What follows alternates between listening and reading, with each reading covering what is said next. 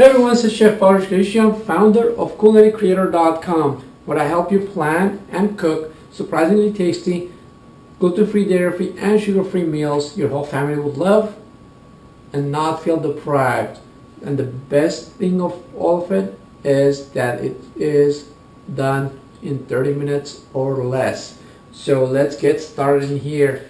As you can see in here, I have a bunch of stuff prepared because I want to jam as many different desserts as I can in this little session, little time that we have together.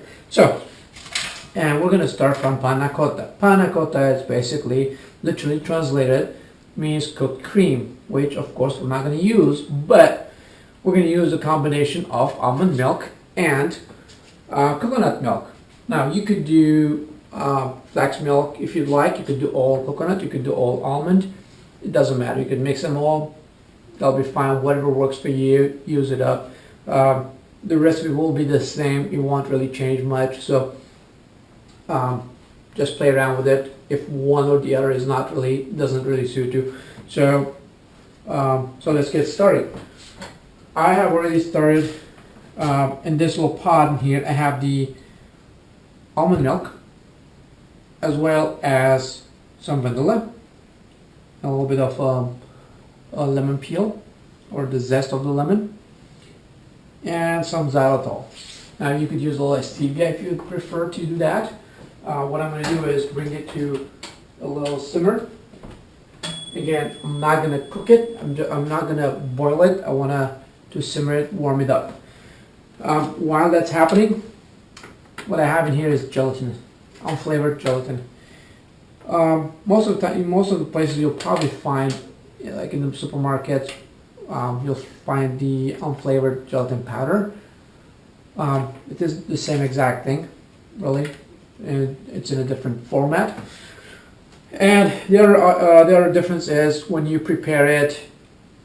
In these you could just immerse them in water, versus the powder you just have to have a specific amount of liquid to let them soften up before you use them, and you'll get that with your recipe. And you always want to do cold water. So I'm just going to let it cover it up with some water and then let it soften up. You have to make sure it's submerged in this case. When you use powdered gelatin though, you sprinkle it on top and you let it soften up. That's why you use a specific amount, and then we'll melt it and add it to whatever you're using it for. So this will take just literally a few minutes, not much. So by the time that gets warmed up, this will be ready to go. So let's see. And let's measure our coconut milk. Again, we're going to use pretty much the same amount. You could do more or less. If you choose to use more of one kind versus the other, that's fine. I use about 50-50 or equal amounts of the same of the two milks.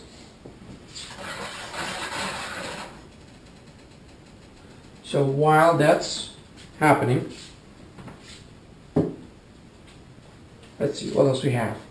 And then once it's done, basically what we're going to do is really mix them together, add the coconut milk to the almond milk, and then we'll add the gelatin. Once the gelatin is dissolved, you don't want to add the gelatin when it's too hot, but you also don't want to add it when it's too warm or too cold, dish warm, then the gelatin will not melt. So see, already the gelatin's gotten real soft, so we're pretty much ready to go. That's all it takes, really. And I see the coconut milk, the almond milk that's getting a little bubbly here. So there he goes. I'm gonna add my coconut milk to it. And then put it on the side for a few minutes. So you want to just let it sit for a few minutes in there, or a minute, not even, just so the flavor will get a little more. And then I'm going to cool out the temperature as well. So I see that's already nice and to the right temperature, so it's not really too hot, it's not too cold. So what I'm going to do is just go ahead and add the gelatin. I'm not going to squeeze this. I'm just going to add it to it. And that's all there is to that. And just stir it so the gelatin will melt. That's all there is to it. It's very easy. A couple different ingredients and nothing much. And once it's basically melted, we'll go ahead and remove the vanilla bean. Now, if you don't have vanilla bean or if you don't want to buy it, it's no big deal. You could use vanilla extract if you so choose. And the lemon zest, again, just discard it. And then what you could do is, I use this disposable ramekins, or you could use whatever, you could use the ceramic ramekins if you so choose. You could use these. There's some individual ones, something you could find. So, in fact, I couldn't find the individual ones, so I ended up using these babies here. So, here's that, and all you do is just fill them up.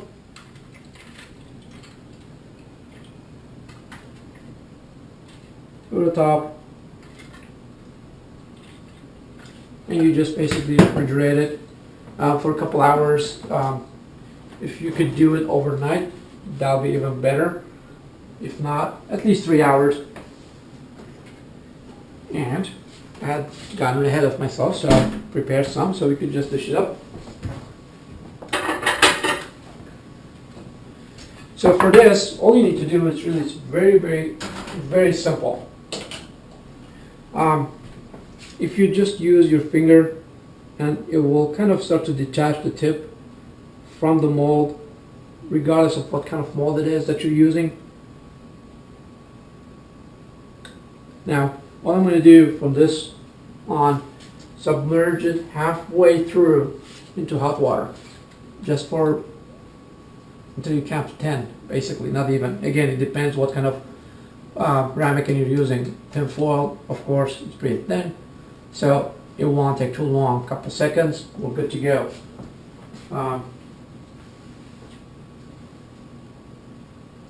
Just be careful, don't burn your fingers because of the steam.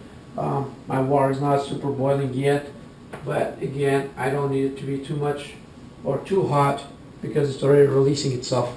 And you always want to dry out the bottom so you don't have the liquid going into the, and that's it, it comes out, just that easy. And basically all you do is add some berries to it, whatever you have, strawberries, berries, blueberries, raspberries.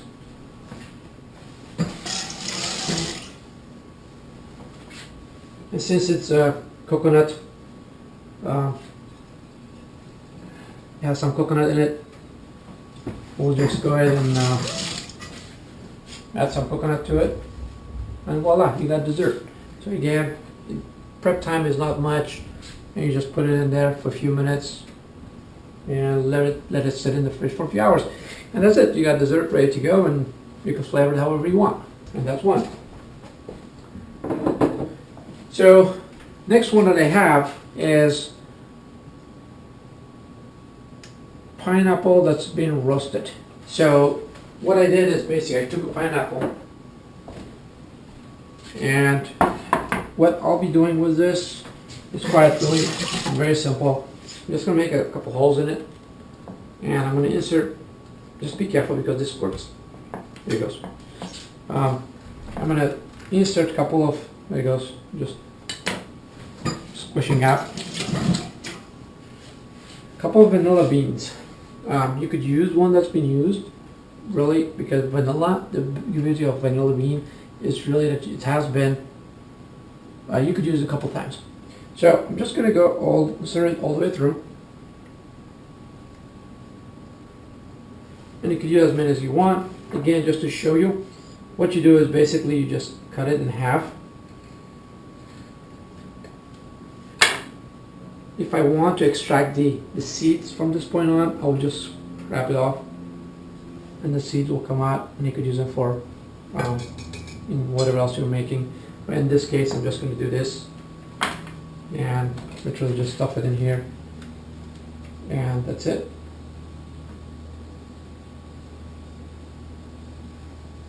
There he goes. And what I'm going to do is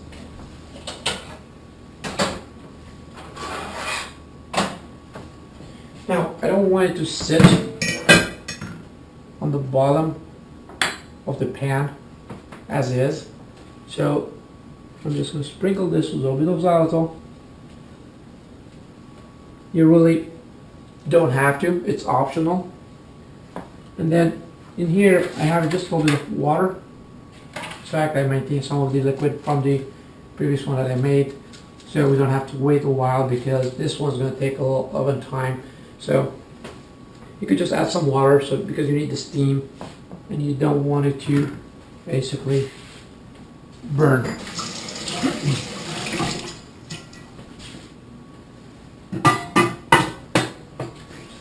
And you could cover it up with foil. You could cover it up with parchment paper. In fact, if you're using parchment paper, what I would do is kind of wash it off. Just get it all wet. And then wrap it up so that the steam stays in there. Because you want the pineapple to cook from that steam and maintain its own liquid. And then I'm going to add some, or I'm going to cover it up with a lid. If that doesn't work, you could wrap it up with foil. And if you're using foil, make sure you use parchment paper first, so the foil doesn't stick to it and the acidity will peel off the foil. So, and then it goes in the oven. Now, this is ideal when you're making something already in the oven, because that's going to take about 2.5 to 3 hours roasting time, depending how ripe your pineapple is and how big it is, of course, but it will take a couple hours. So in the meantime, if you have something that's already roasting, let's say you have a stew that's happening in the oven, or you're roasting something else, that'd be awesome. Just put it in there. You won't absorb any smells from it because it's already covered, or from the other dish that you're making. But if you feel like just making it, and you have some time before dinner, and put it in right after dinner, probably will be ready. So you can always make it ahead of time and then save it as well. So once it's pretty much done, then I'll take it out of the dish that's how I baked it in, and then transfer it somewhere else. So you could use the same pan that you baked it in. Just get rid of the steamer pan, the insert that we put in basically, and then use that liquid, which is its own liquid from the sugar, from the pineapple, and the water we added that steamed it, to glaze the pineapple a little bit. And then I will just broil it for about 10-15 minutes, depending how strong is your broiler. So, and then this is what you have. Just remove the vanilla bean, and that's it. We have some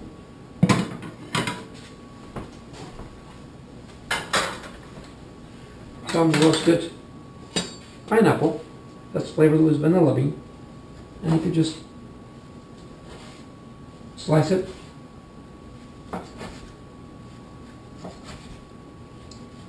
and serve it as such. Just another way of serving pineapple, I guess. So it's not, if you don't want to use, if you don't want to eat it raw, that's an alternative. But I'll tell you, when you're baking this, your house will smell like the whole aroma of the vanilla bean and the pineapple. It just smells wonderful. So I would highly recommend it. So there is that. And you could just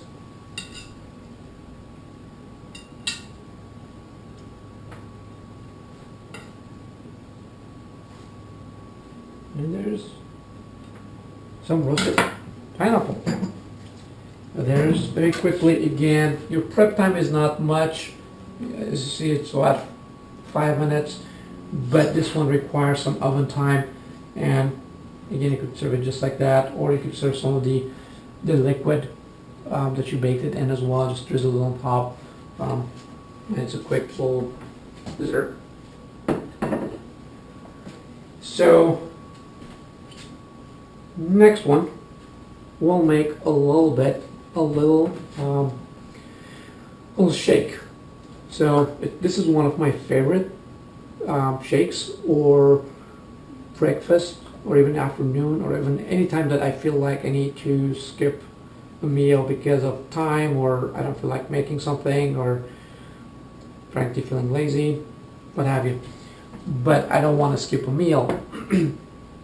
Also, I carefully chose the ingredients to go in here because I want to have the most nutrition that I could get from just a simple and a quick shake. So what I'm going to do is basically I'm going to use some kale, some spinach. I have some kale and some spinach, and in here I have some. Again, you could do coconut milk, you could do almond milk, you could do flax, you could do, if you have gluten-free oat milk, you could do flax milk, whatever works, you could have in there. And I'm just going to stuff it. Again, this particular kind I'm using spinach and kale, baby kale, both baby spinach and baby kale. I have some fresh mint. I'm just going to add it there. You could use cilantro if you choose. You could use arugula. You could use dandelion. You could use cilantro in it. Again, these are all cleansing greens or herbs. Some of them are herbs, some of them are greens. So you could use any one of them. And I'm not going to add any fruits to it, so this is totally green.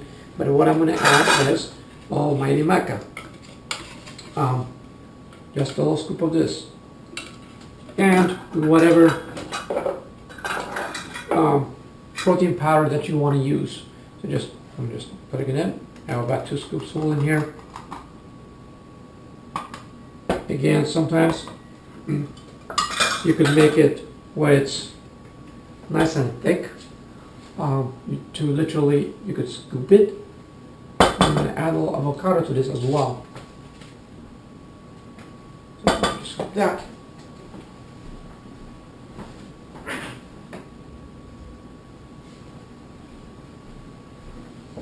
So there's that. So half avocado.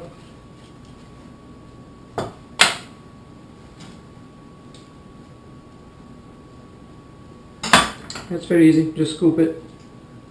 Now again, the amount of milk that you use in here, whether it's coconut or whatever kind you want to use, will vary. Depends if you want to make it thicker or thinner. It's all good. Just mix it. The most important part is the nutrition that you're getting from it. And basically give it a shake.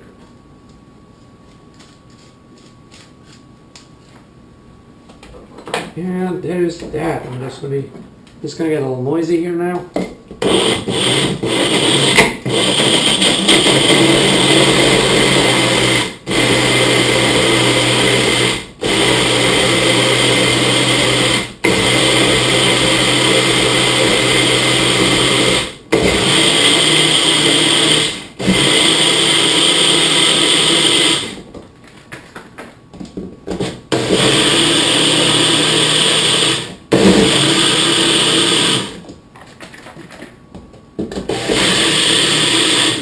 Alright, so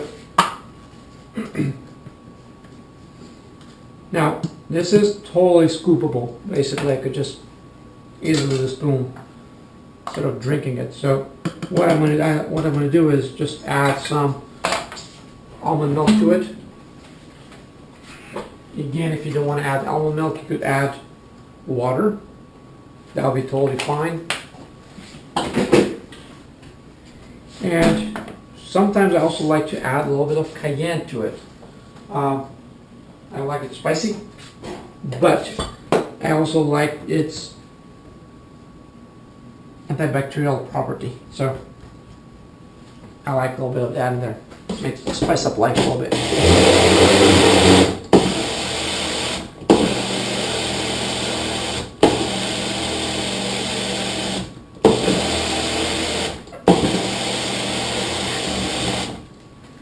There it goes.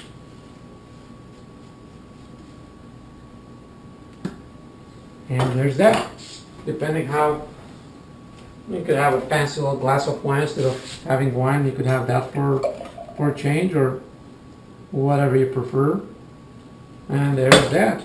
And there's your meal replacer that has protein in it. It has your greens in it, and it's pretty much as healthy as it could get. So, cheers. And that's my mighty green protein shake. So that's that. Now it's always easy to cook, but cleaning up is always the hardest part for me, at least. I don't know about you, but so let me just put things away so I have somewhere I can work on. A little room for me to wiggle around.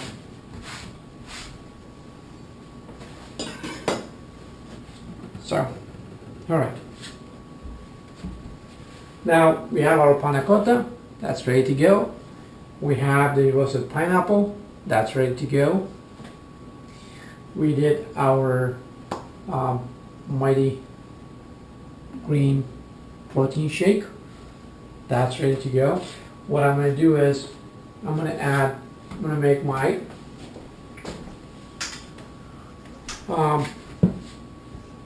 a take on the ambrosia salad. So that's a classic salad basically that has a little bit of sweetened whipped cream in it. Of course we're not going to do that, so we're going to substitute that with some slightly sweetened. Again, you could prefer not to sweeten it. You could add a little stevia instead of, say, xylitol that I've been using.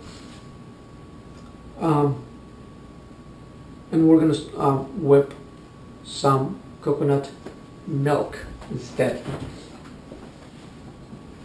So basically what you do is you just refrigerate a can of coconut milk, any kind, just make sure it's full fat because that's what you're relying on. So, and then just let it sit in there overnight.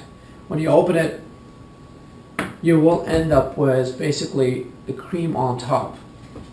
Let me just do that in here.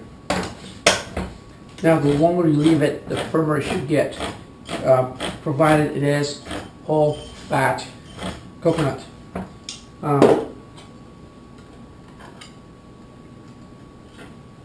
See, there's the fat floating on top, and that's what you want.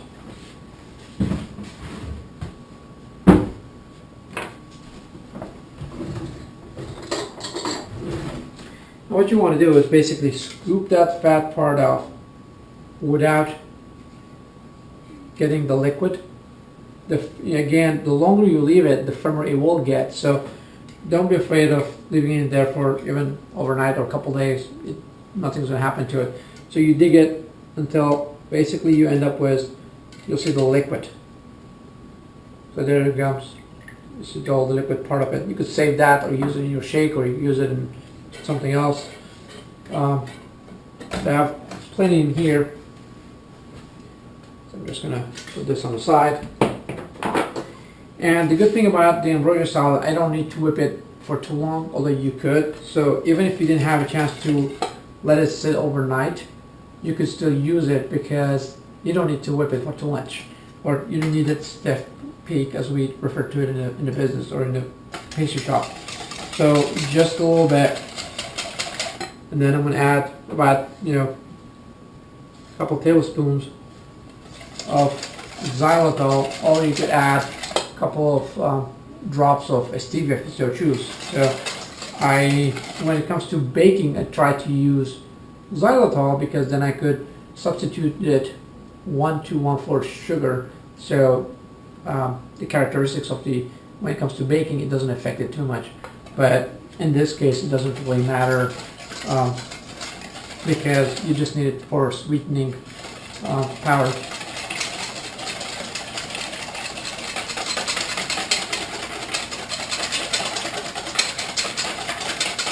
Again, if you whip it for about,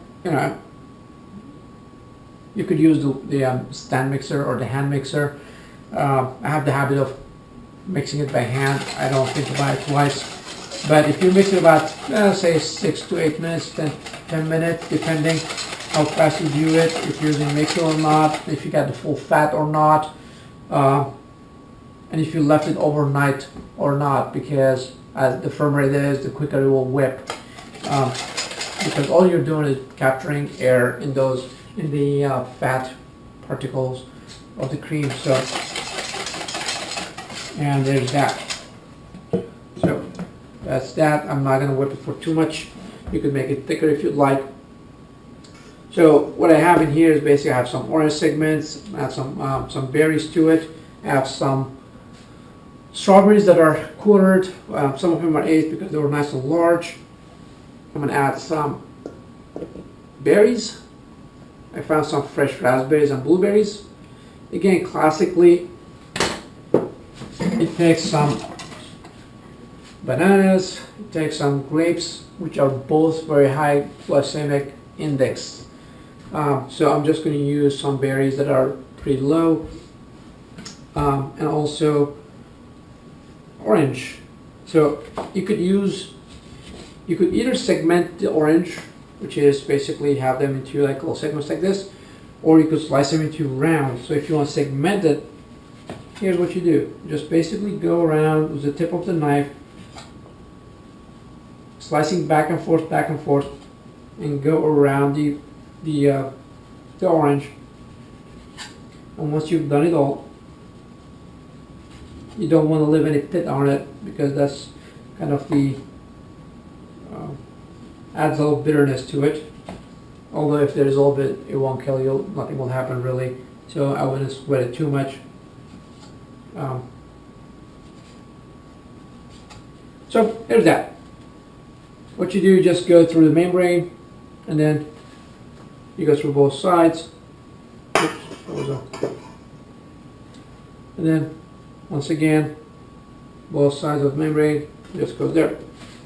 We don't want to lose that juice, so again,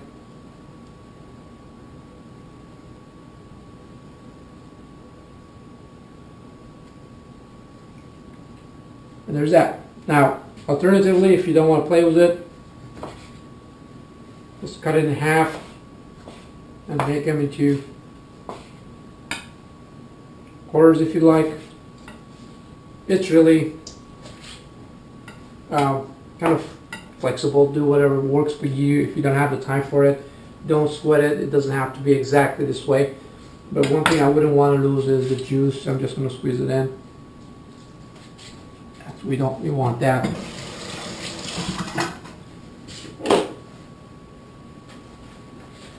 So what we're going to do now is basically just mix it up. So you got orange juice, you got the berries, you got the pineapples in there. Once we mix it, we're going to let it sit in the fridge for about half an hour. So after you do that, you basically, and there's that. I'm just going to mix it in. Go over like this. Oh, there it goes.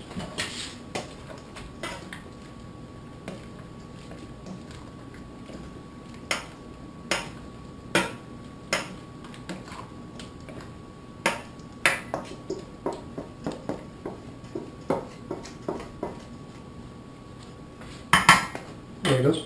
What I'll be doing, basically, I add it again I take the classic recipes and then just modify them to fit the gluten-free, dairy-free, and sugar-free, and make it as healthy as possible by adding some protein to it or adding something else to it where it makes it a little more, give it a little more oomph or a little more nutrition.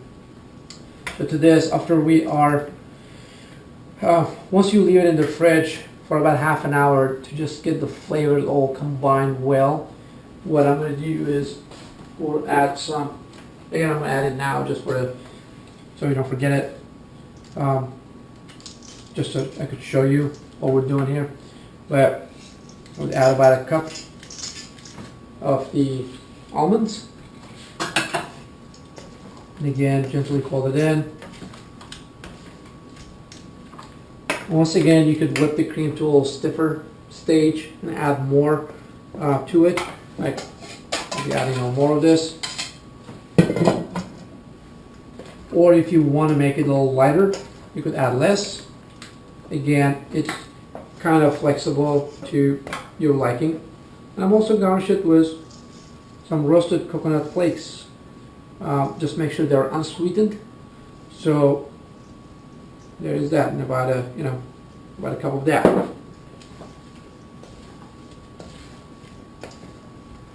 Again, what you could do is you could just, once you when you transfer it into a serving dish or serving bowl, that's when you could garnish them with the almond and then the coconut right on top, so it won't get all mixed in there, if you would, and it will be more visible, especially if you get the longer shreds on the coconut rather than the fine shred. So that will be more visible and a little more presentable, but again, it doesn't really matter that much. So, and there's that.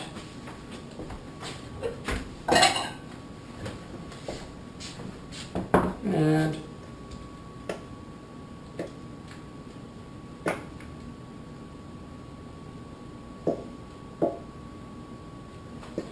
as you can see, I added it way too much, like sooner than I would have added it. The coconut especially, so will absorb it really quickly. But I'm just going to go ahead and garnish them with some more berries. So again, for your ingredients, you got pineapple, you got the oranges, you got berries, some almonds, some coconuts, and that's pretty much it. So this is that. We made basically our 4 desserts rather. Starting from the panna cotta, we roasted some pineapple. There's that. We did our protein, made a panna cotta, and ambrosia salad, which could work as kind of in between a salad and a fruit salad. So this has a little twist to it, a little acidity, a little play on the the classic ambrosia salad. So, and again, most of them require very little time, especially a little prepping time. Some, like the pineapple, would require a couple hours of baking time, but you could do so much more, something else in the meantime, so you're not stuck in the kitchen. Remember, eat to nourish, cook to fulfill, and dish it up with a purpose. I hope to see you soon. Until then, enjoy the recipes and don't forget to let me know what your thoughts are, and hope to see you out there someday. Bye bye.